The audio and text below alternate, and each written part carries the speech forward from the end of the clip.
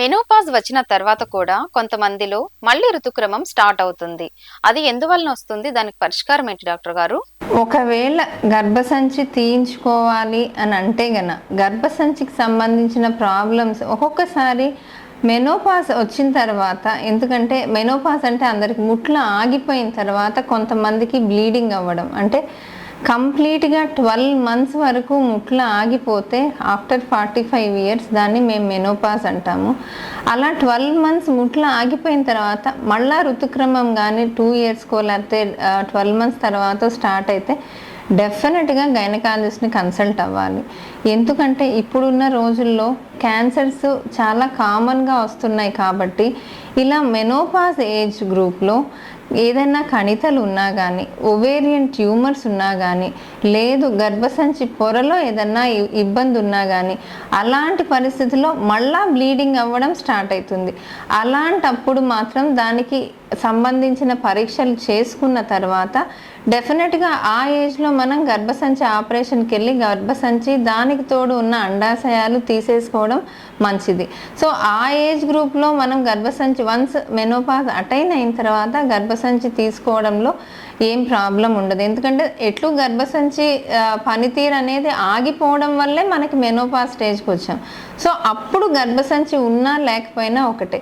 ఆ ఏజ్లో ఏదన్నా ప్రాబ్లమ్స్ వచ్చినప్పుడు మళ్ళీ ఫర్దర్గా ప్రాబ్లం రాకుండా ఉండడానికి మనం మెనోపాజ్లో పోస్ట్ మెనోపాజల్ బ్లీడింగ్ కానీ, పోస్ట్ మెనోపాజల్ ట్యూమర్స్ కానీ, ఓవరీస్లో ఏది ఉన్నా కానీ అప్పుడు మనం గర్భసంచి ఆపరేషన్కి వెళ్ళడం అనేది చాలా మంచిది.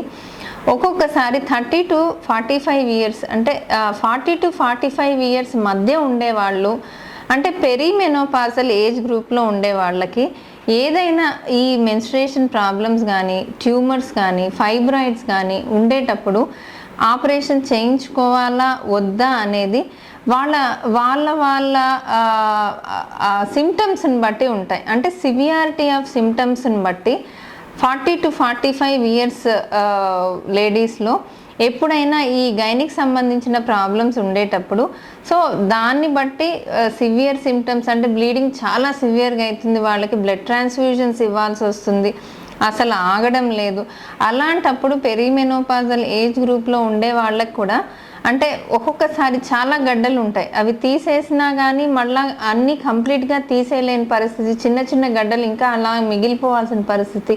అలాంటి వాళ్ళు డెఫినెట్గా సర్జరీ చేయించుకోవచ్చు, గర్భసంచి ఆపరేషన్. ఇంకోటి సివియర్ ఎండోమెట్రియోసిస్ అంటాం. ఈ కండిషన్ కూడా వాళ్ళకి హెవీ బ్లీడింగ్ అవ్వడం, ఆ తర్వాత చాలా కడుపు నొప్పి ఉండడం, ఇలాంటి అంటే గ్రేడ్ 4 ఎండోమెట్రియోసిస్ అంటాం. ఈ గ్రేడ్ 4 ఎండోమెట్రియోసిస్లో ఉండే లేడీస్ మాత్రము డెఫినెట్గా మనకి మెడికల్ మేనేజ్మెంట్ ఫెయిల్యూర్ రేట్ ఎక్కువ ఉంటుంది కాబట్టి అలాంటప్పుడు తప్పకుండా హిస్టెక్టమీస్ వెళ్ళాలి. కాబట్టి మీరు హిస్టెక్టమీకి వెళ్ళే డెసిషన్కి వచ్చినప్పుడు ఒకరికి ఇద్దరు డాక్టర్ల ఒపీనియన్స్ తీసుకొని హిస్టెక్టమీ చేయించుకోవడం చాలా చాలా మంచిది. ఊరికే మాత్రం హిస్టెక్టమీస్కి వెళ్ళొద్దు. ఎందుకంటే ఇప్పుడున్న కాలంలో చాలా మెడికల్ ఫీల్డ్లో అడ్వాన్స్డ్ ట్రీట్మెంట్స్ ఉన్నాయి, వాటిని యూటిలైజ్ చేసుకోండి, మీ ఆరోగ్యాన్ని కాపాడుకోండి.